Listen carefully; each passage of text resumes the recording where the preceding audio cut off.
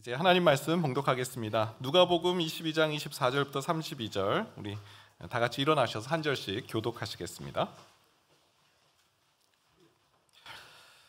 제가 먼저 읽겠습니다. 또 그들 사이에 그중 누가 크냐 하는 다툼이 난지라. 예수께서 이르시되 이방인의 임금들은 그들을 주관하며 그 집권자들은 은인이라 칭함을 받으나 너희는 그렇지 않을지니 너희 중에 큰 자는 젊은 자와 같고 다스리는 자는 섬기는 자와 같을지니라. 앉아서 먹는 자가 크냐 읽는 자가 크냐 앉아서 먹는 자가 아니냐. 그러나 나는 섬기는 자로 너희 중에 있노라. 너희는 나의 모든 시험 중에 항상 나와 함께한 자들인즉 내 아버지께서 나라를 내게 맡기신 것 같이 나도 너희에게 맡겨 너희로 내 나라에 있어 내 상에서 먹고 마시며 또는 보좌에 앉아 이스라엘 12지파를 다스리게 하려 하노라. 시몬아 시몬아 보라 사탄이 너희를 밀가부르듯 하려고 요구하였으나 함께 봉독합니다. 그러나 내가 너를 위하여 내 믿음이 떨어지지 않기를 기도하였노니 너는 돌이킨 후에 내 형제를 굳게 하라. 아멘. 자리에 앉으시겠습니다. 지난주 3월 28일인데요 미얀마 제2도시 만델라이라는 곳에서 진도 7.7 강진이 있었습니다. 이 지진이 얼마나 큰 강도가 센 지진이었는지 미얀마에서 1000km 정도 떨어진 방콕에 있는 건물이 30층 건물이 무너질 정도로 어마어마한 그런 지진이었죠. 만델라이 그 도시 아마 이제 뉴스에서 보셨겠지만 뭐 남아 있는 건물이 없을 정도로 건물이 다 이렇게 무너지는 초토화된 그런 모습을 우리 볼 수 있었습니다. 미얀마 정부는 군부 정권이죠. 그래서 그 언론 보도를 믿을 수 없는데 약 1700명이 사망했다 이렇게 발표를 했지만 국제사회에서는 10,000명 정도 사망한 것으로 추정하고 있습니다. 전문가들은 이번에 이렇게 사상자가 많이 나온 이유가 대부분 이제 건물 안에 있다가 사망을 하게 됐는데 건물에 내진 설계가 되어 있지 않은 점을 주목합니다. 건물이 지진이 났을 때 그 충격을 오롯이 흡수할 수 있도록 설계가 된 그 건물이 이제 내진 설계가 된 건물인데 미얀마에 있는 대부분 건물은 진흙 벽돌로 지은 건물이어서 뭐 이런 지진이 났을 때는 속수무책 당할 수밖에 없는 그런 지진이었다라고 그런 보고를 하는 장면을 보았습니다. 문득 예수님 말씀이 생각이 났습니다. 누가복음 6장 48절 49절인데요. 집을 짓되 깊이 파고 주추를 반석 위에 놓은 사람과 같으니 큰 물이 나서 탕류가 그 집에 부딪히되 잘 지었기 때문에 능히 요동하지 못하게 하였거니와 듣고 행하지 아니한 자는 주추 없이 흙 위에 집 지은 사람과 같으니 탕류가 부딪힘에 집이 곧 무너져 파괴됨이 심하니라 하시니라. 놀랍게도 예수님께서 내진 설계에 관해서 말씀하신 장면입니다. 여러분 주추가 뭡니까? 주추는 기둥 밑에 세운 돌을 말합니다. 집에 기둥이 있고 그 밑에 단단한 반석 돌을 세워 놓으면 어떤 외부의 충격이 오더라도 그 기둥이 버틸 수가 있는 거예요. 근데 주추가 없이 집을 지으면 탕류가 왔을 때 다 그냥 큰 물이 났을 때 파괴됨이 심하다라는 말씀이죠. 인생도 마찬가지입니다. 인생을 단단하게 붙들어주는 주추가 필요해요. 여러분 주추가 무엇입니까? 인생의 주추. 여러분 그걸 가지고 계십니까? 2차 세계대전 당시 아이슈비츠 수용소에 3년 동안 포로 생활을 했던 수용 생활을 했던 빅터 프랭클 박사님 여러분 아실 겁니다. 그의 책 죽음의 수용소에서 이런 말을 하는 장면을 보게 됩니다. 그 수용소에 수많은 사람들이 이제 수용돼서 감금 생활을 당하는데 그 갑자기 사상자가 많이 발생한 때가 있더라는 거예요.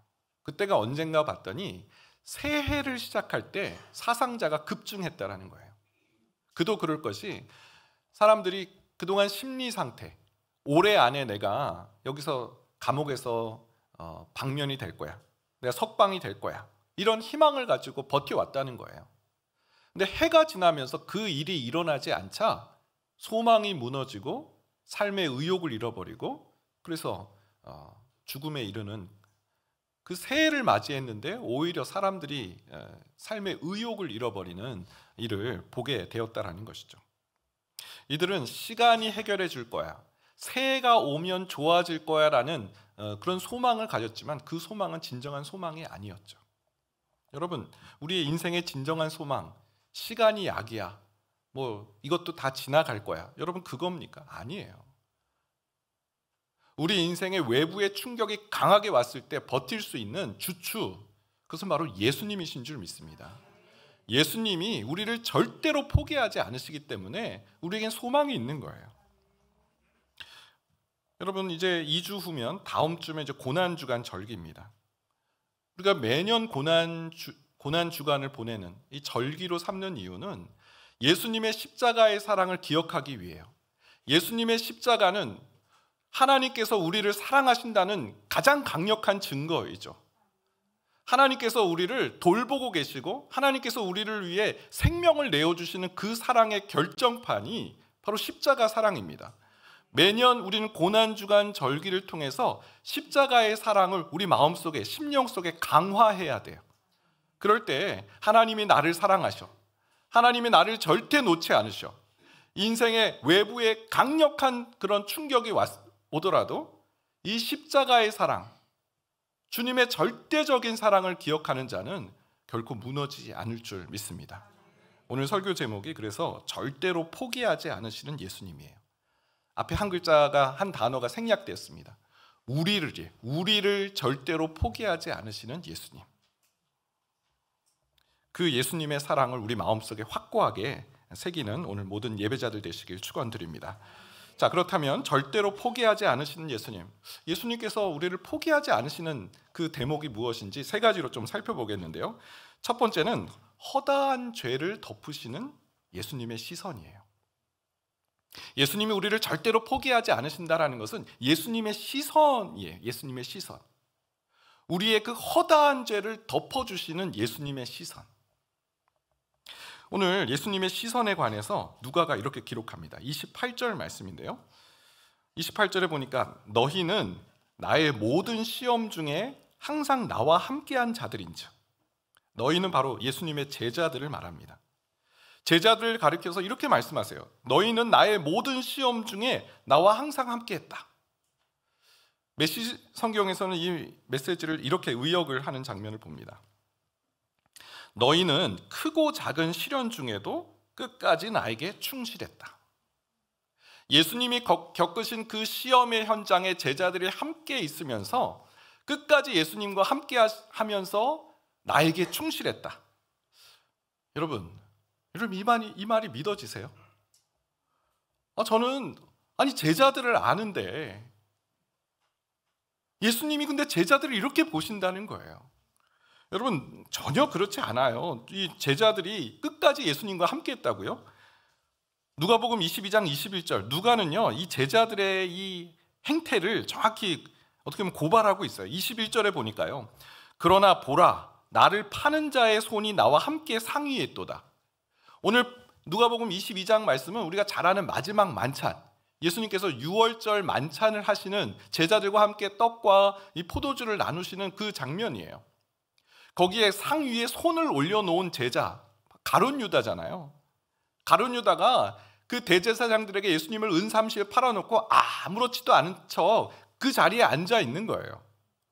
또 누가 있습니까? 누가복음 22장 24절, 또 그들 사이에 그중 누가 크냐 하는 다툼이 난지라. 예수님은 이제 곧 십자가에 달려 우리의 죄를 대속하시기 위해 그 고난의 길을 걸어가시는데 제자들은 거기서 누가 더 커? 서열 싸움을 하고 있는 거예요. 또 누가복음 22장 34절, 이르시되 베드로야, 내가 내게 말하노니 오늘 닭 울기 전에 내가 3번 나를 모른다고 부인하리라 하시니라. 수제자라고 하는 베드로는 이제 곧 배신을 앞두고 있는 그런 제자예요. 예수님이 이 제자들의 모습을 다 알고 계셨어요. 한 사람은 예수님을 팔려고 다 계획을 세워놓고 아무렇지도 않은 척 앉아있고, 그 자리에 앉아있는 사람들은 서로 누가 크냐 싸우고 있고, 또 거기에는 장차 배신할 제자도 있고, 그 현장에 있어요. 그런데 그럼에도 예수님께서는 그 제자들을 가리켜서 너희는 언제나 나에게 충실했다, 끝까지 나에게 충실했다라고 말씀하신다라는 것이죠. 어떻게 이럴 수가 있나요? 요한이 이 부분에 우리에게 그 비밀을 알려줘요. 요한복음 13장인데요. 13장 1절. 유월절 전에 예수께서 자기가 세상을 떠나 아버지께로 돌아가실 때가 이른 줄 아시고 세상에 있는 자기 사람들을 사랑하실 때 끝까지 사랑하시니라.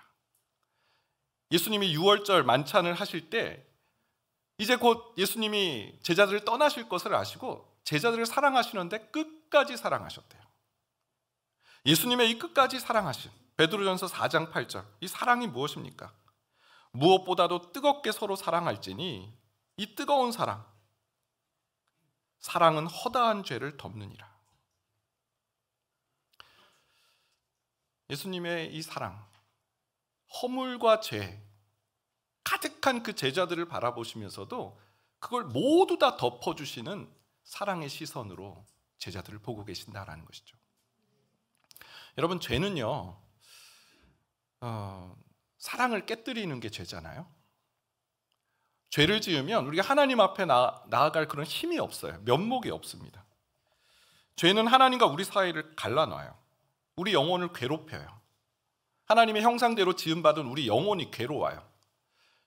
이 죄책감이 우리 가운데 이제 자리를 잡고 그게 막 자라게 되면 우리는 더 이상 하나님 앞에 나올 힘도 없어요. 나오고 싶지도 않아요. 도망치고 싶고 외면하고 싶어요. 여러분, 이때 우리가 기억해야 될 것이 바로 예수님의 시선이에요. 예수님께서 나를 그 허다한 죄를 덮어주시는 따뜻한 사랑의 시선으로 보고 계신다는 것을 우리는 기억해야 돼요. 여러분, 누가복음 15장을 보게 되면 탕자가요, 자기가 자기를 알아요. 자기가 엄청 큰 죄를 지었다라는 사실을 그걸 인식해요. 아버지 앞에 돌아갈 그런 면목이 없다라는 걸. 그래서 그는 이렇게 말합니다. 누가복음 15장 18절 19절.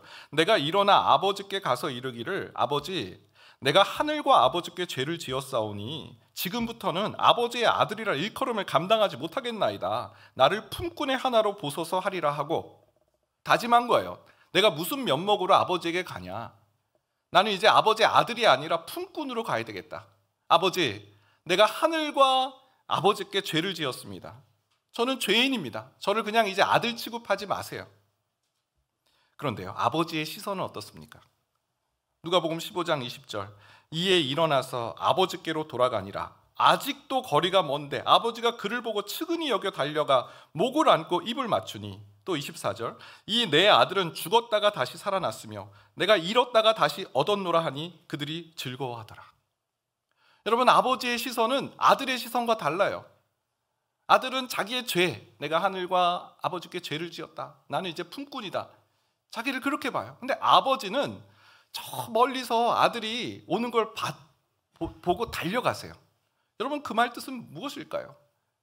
아들이 이 집을 나가고 아버지를 떠났을 때부터 아버지는 아들이 돌아오기를 간절히 기다리신 것 아닐까요?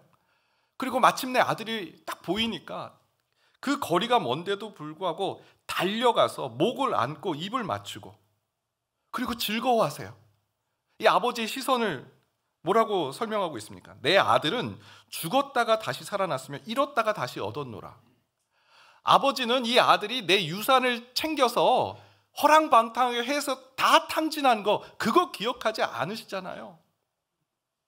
내가 잃어버렸다가 다시 찾은 아들이다. 아들이 돌아온 것만으로도 너무 기뻐하시는 아버지세요.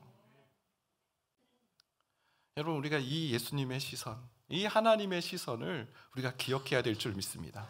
내가 나를 정죄하고요, 우리는 이 예수님의 사랑을 모르면요, 우리는 절망해요. 그리고 예수님을 떠나요. 아니요, 그 허물 많은 그 제자들을 향해서 너희는 끝까지 나와 함께했고 나에게 충실했다라고 말씀하시는 예수님. 우리가 돌아온 것만으로, 예수님 곁에 있는 것만으로 예수님은 감격하시고 우리를 따뜻한 사랑의 시선으로 보시는 줄 믿습니다. 자, 두 번째는요, 예수님의 이 절대로 포기하지 않으시는 예수님의 모습, 우리가 위험에 처한 줄 아시고 중보해 주시는 예수님이세요. 예수님은 우리를 보실 때 왜 이런 따뜻한 시선으로 보실까? 왜 내가 나를 보는 것처럼 그렇게 보지 않으실까? 그 이유가 있습니다. 예수님께서는요, 우리를 보시기보다는 우리가 처한, 우리의 죄를 보시는 것이 아니라 우리가 처한 상황을 보시기 때문에 그래요. 우리가 사단의 강력한 공격을 받고 있음을 예수님께서 아시기 때문에 그래요. 누가복음 22장 31절인데요. 시몬아 시몬아 보라 사탄이 너희를 밀가부로 타려고 요구하였으나. 시몬은 누굽니까? 베드로예요. 베드로가 예수님 만나기 전에 시몬.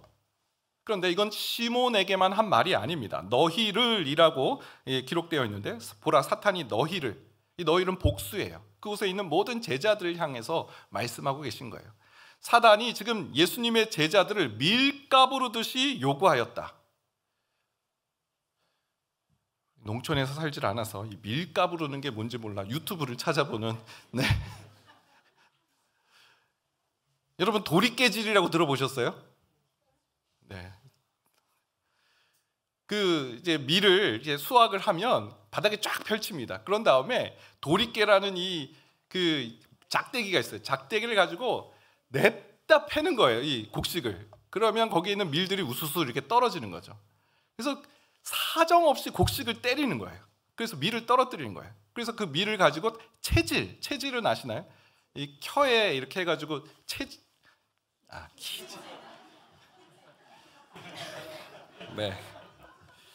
체질이 아니라 키질이랍니다. 네. 키를 본 적이 없으니 뭐. 네.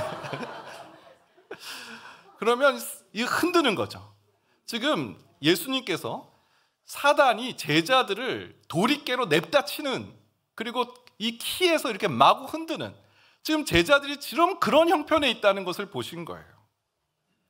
35절 36절도 마찬가지입니다. 그들에게 이르시되 내가 너희를 전대와 배낭과 신발도 없이 보내었을 때 부족한 것이 있더냐?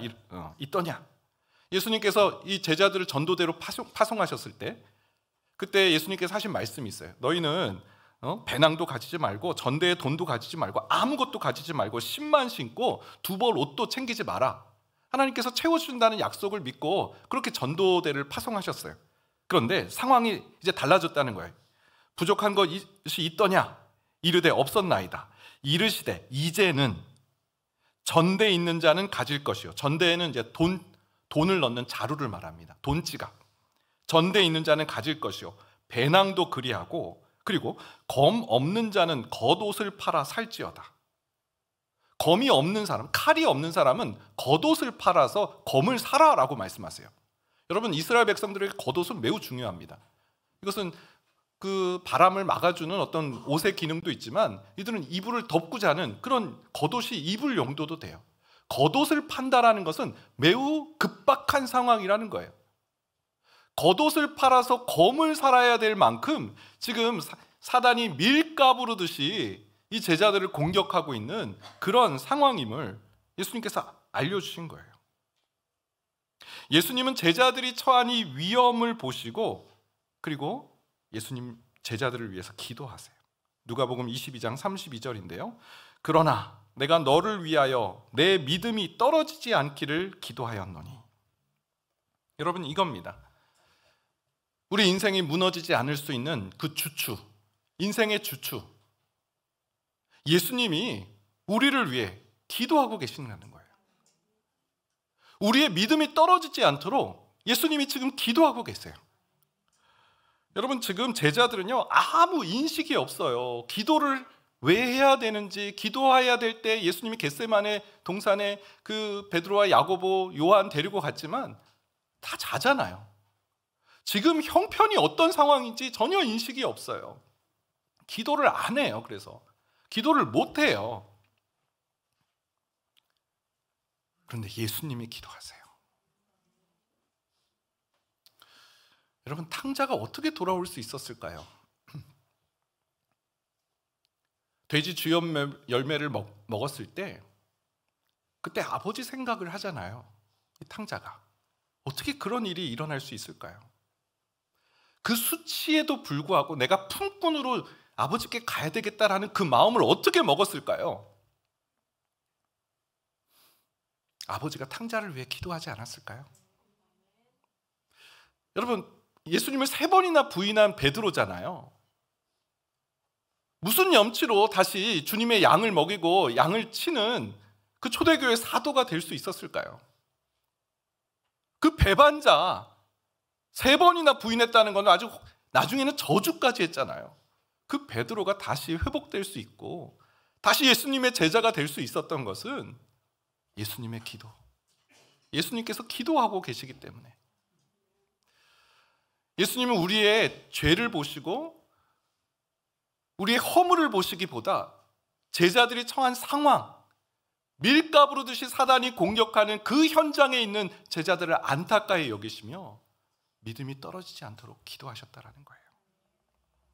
여러분, 우리가 어떤 위기 속에, 어떤 시험 속에서도 흔들리지 않을 수 있는 그 근거, 예수님의 기도인 줄 믿습니다. 고린도전서 10장 13절입니다. 같이 한번 읽어보겠습니다. 시작.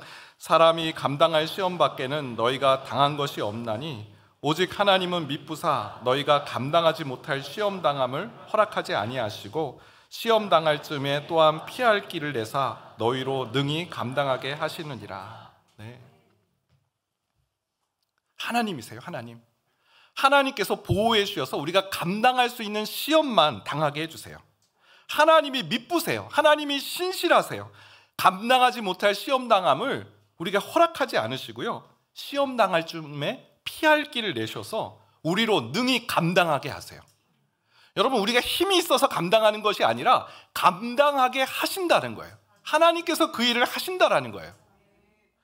베드로가 그 고백을 해요. 사단이 우는 사자와 같이 삼킬 자를 참는 그 무시무시한 공격 속에서도 우리가 결코 넘어지지 않을 수 있는 그 이유, 베드로전서 5장 8절 10절이에요. 근신하라, 깨어라. 너희 대적 마귀가 우는 사자같이 두루 다니며 삼킬 자를 찾나니 너희는 믿음을 굳건하게 하여 그를 대적하라. 이는 그렇게 할 수 있는 이유, 믿음을 굳건하게 하고 그를 대적할 수 있는 이유, 이는 세상에 있는 너희 형제들도 동일한 고난을 당하는 줄 알미라.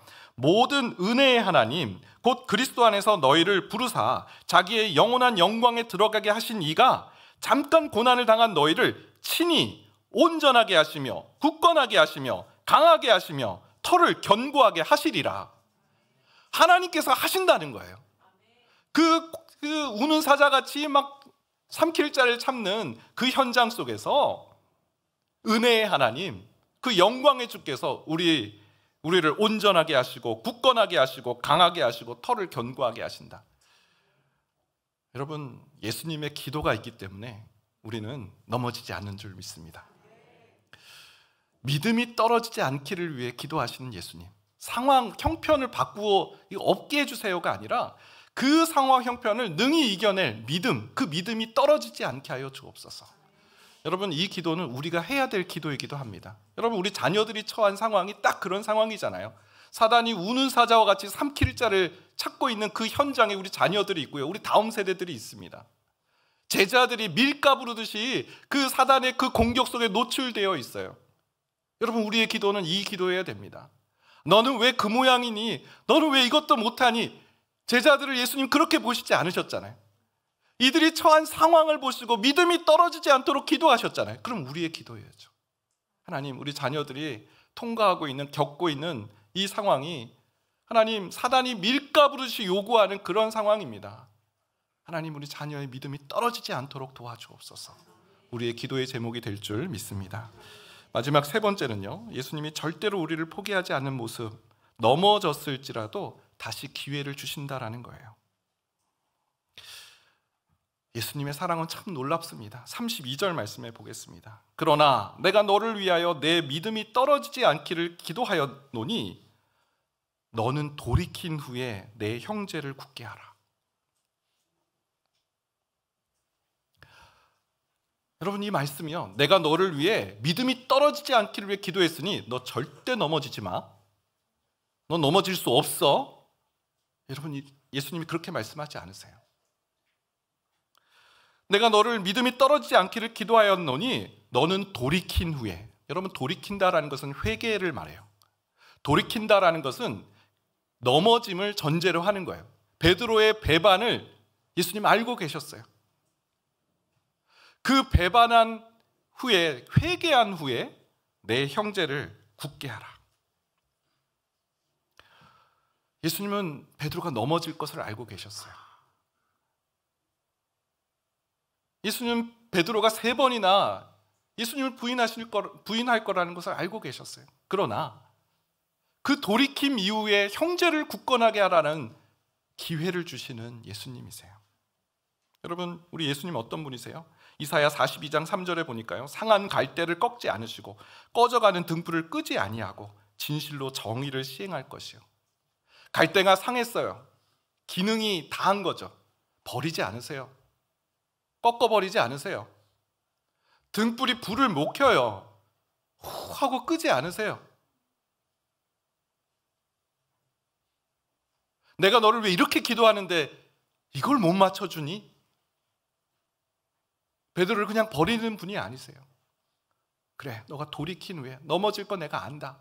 근데 너가 돌이킨 후에 내 형제를 굳게 하라. 요한복음 8장을 보게 되면 가늠하다가 현장에서 잡힌 여자가 나옵니다. 바리새인과 서기관들이 이 여자를 데리고 와서 예수님, 선생님, 모세의 율법에 하면 이 사람은 돌로 쳐 죽게 되어 있습니다. 예수님 어떻게 하시겠습니까? 그동안 예수님은 하나님의 이 죄인을 사랑하시는 그 하나님의 메시지, 천국 메시지를 전했잖아요. 근데 율법대로 돌로 쳐라. 그러면 예수님의 이 사랑의 메시지는 무슨 의미가 있겠어요? 반대로 그것 좀 용서해 주지, 그냥 뭐 그렇게 얘기하실 수 없잖아요. 그럼 모세의 율법을 무시한 거고 그 모세의 율법을 지키지 않는 것이 되고, 그럼 예수님이 감옥에 갈 수도 있는 뭐 진퇴양난의 그런 상황이었죠. 그때 예수님께서 하신 말씀, 너희 중에 죄 없는 자가 먼저 돌로 쳐라. 이 말씀 앞에 거기 있는 모든 무리들 마음속에 양심의 가책이 느껴져요. 그래서 어른들로부터 젊은이까지 다 그 자리를 돌을 내려놓고 떠나게 됩니다. 이제 이 여인과 예수님만 남았어요. 그때 예수님이 이렇게 말씀하세요. 요한복음 8장 10절에서 11절이에요. 예수께서 일어나사 여자 외에 아무도 없는 것을 보시고 이르시되 여자여, 너를 고발하던 그들이 어디 있느냐? 너를 정죄한 자가 없느냐? 대답하되 주여 없나이다. 예수께서 이르시되 나도 너를 정죄하지 아니하노니 가서 다시는 죄를 범하지 말라 하시니라. 예수님께서 이 여인에게 하신 말씀, 나도 너를 정죄하지 아니하노니 가서 다시는 죄를 범하지 말라. 이 여인에게 무엇을 주셨어요? 기회를 주신 거예요. 다시 일어날 수 있는 기회, 죄를 짓지 않을 수 있는 그 기회를 이 여인에게 주신 거예요. 모든 사람이 죽여라라고 말하는 그때 예수님께서는 다시 기회를 주신다라는 것이죠. 오래전에 본 그 미국 기독교 잡지 가이드 포스트에 실린 글인데요, 어떤 여성이 있었습니다. 어릴 때 교회를 다니면서 아주 착실한 삶을 살았어요. 하지만 성인이 돼서 길을 잘못 들어가지고 하나님을 등지고 신앙을 잃어버립니다. 그 순간부터 모든 것이 흐트러지고 흔들리기 시작해요. 결혼을 했는데 실패합니다. 나중에는 집에서 쫓겨났고 형편없는, 그냥 집에서 이제 노숙을 해야 되는, 이제 거리에 나가게 된 거예요. 성적 타락에 빠졌고요. 결국 에이즈에 걸려서 죽어가는 형편이 되고 말았습니다. 이 여성을 한 목사님이 신방을 했어요. 찾아가서 복음을 전합니다. 그러자 그녀는 그 냉담한 태도로 이렇게 말해요. 나는 이미 버림받은 영혼입니다. 내 자신뿐만 아니라 내 주변 사람들의 행복까지 저는 다 망쳐버린 사람입니다. 고통스럽지만 나는 지옥에 갈 수밖에 없습니다. 나 같은 사람은 더 이상 희망이 없습니다. 목사님이 전하는 그 복음을 받아들이지 않는 거예요. 나는 끝이 나는 인생입니다.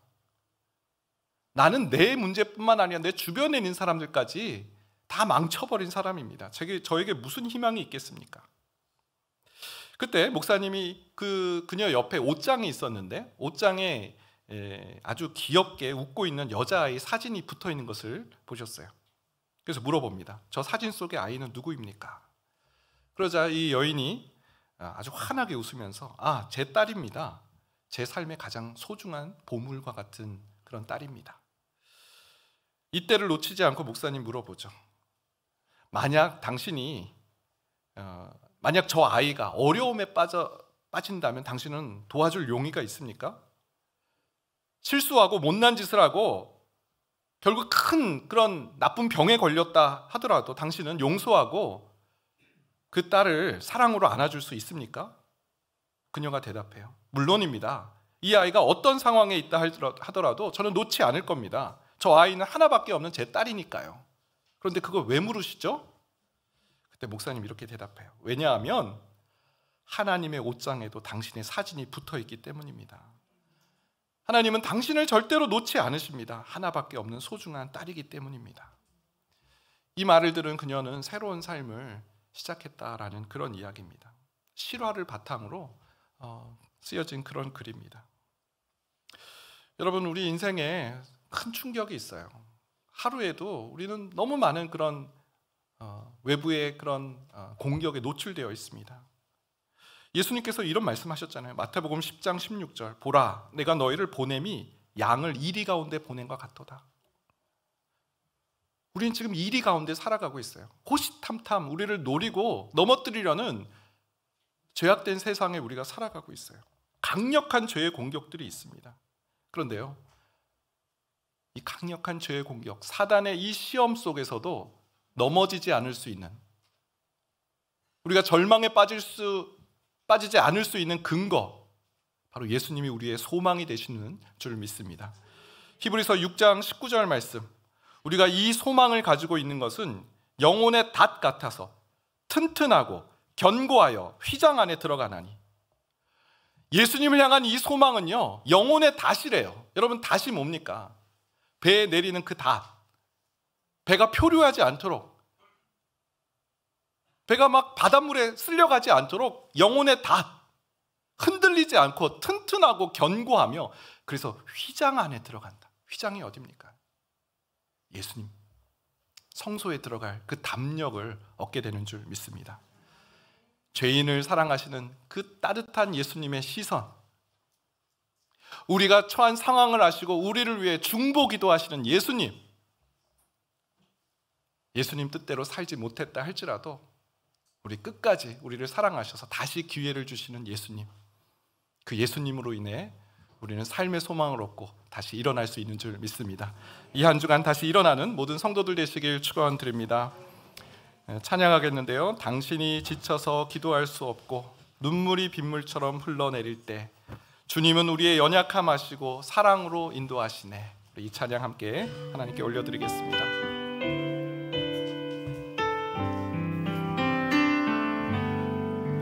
당신이 지쳐서 기도할 수 없고 눈물이 빗물처럼 흘러내릴 때 주님은 우리 연약함을 아시고 사랑으로 인도하시네.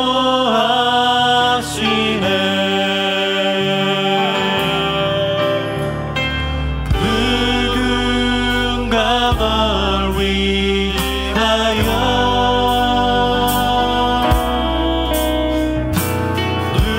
누군가 기도하네. 내가 홀로 외로워서 마음이 무너질 때 누군가 널 위해 기도하네.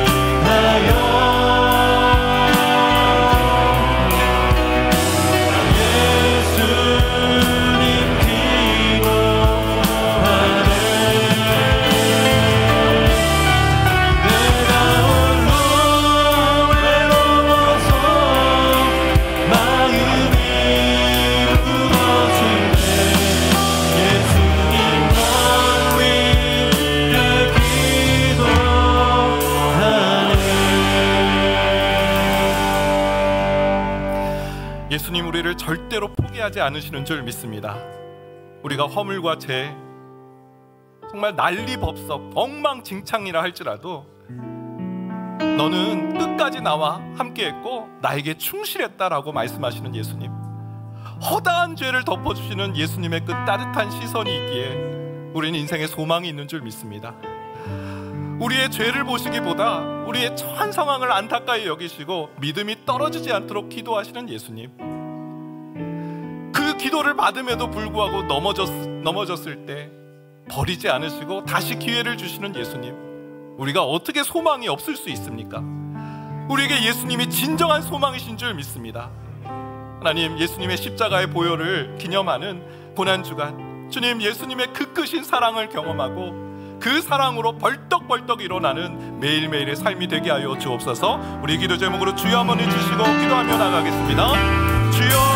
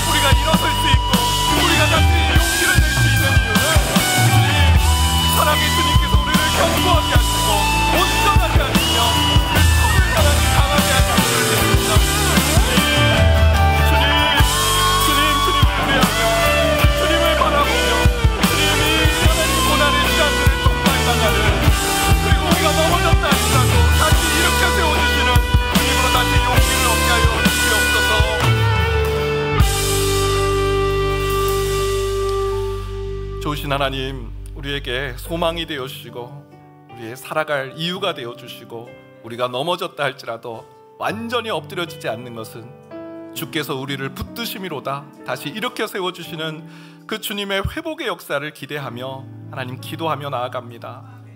하나님, 탕자를 외면하지 않으시고 잃었다가 다시 돌아온 내 아들이라 기뻐 받아주셨던 그 환대를 기억합니다. 오늘 예배하는 이 예배의 현장이 주님의 환대를 경험하는 자리가 되게 하여 주옵소서. 우리가 인생에 어떤 그런 큰 충격에 있다 할지라도 영혼의 닷과 같은 예수 그리스도께서 우리의 소망 되심을 기억할 때 우리는 요동하지 않고 휘장 안에 담대히 나아가게 될 줄 믿사오니 주님 인도하여 주옵소서.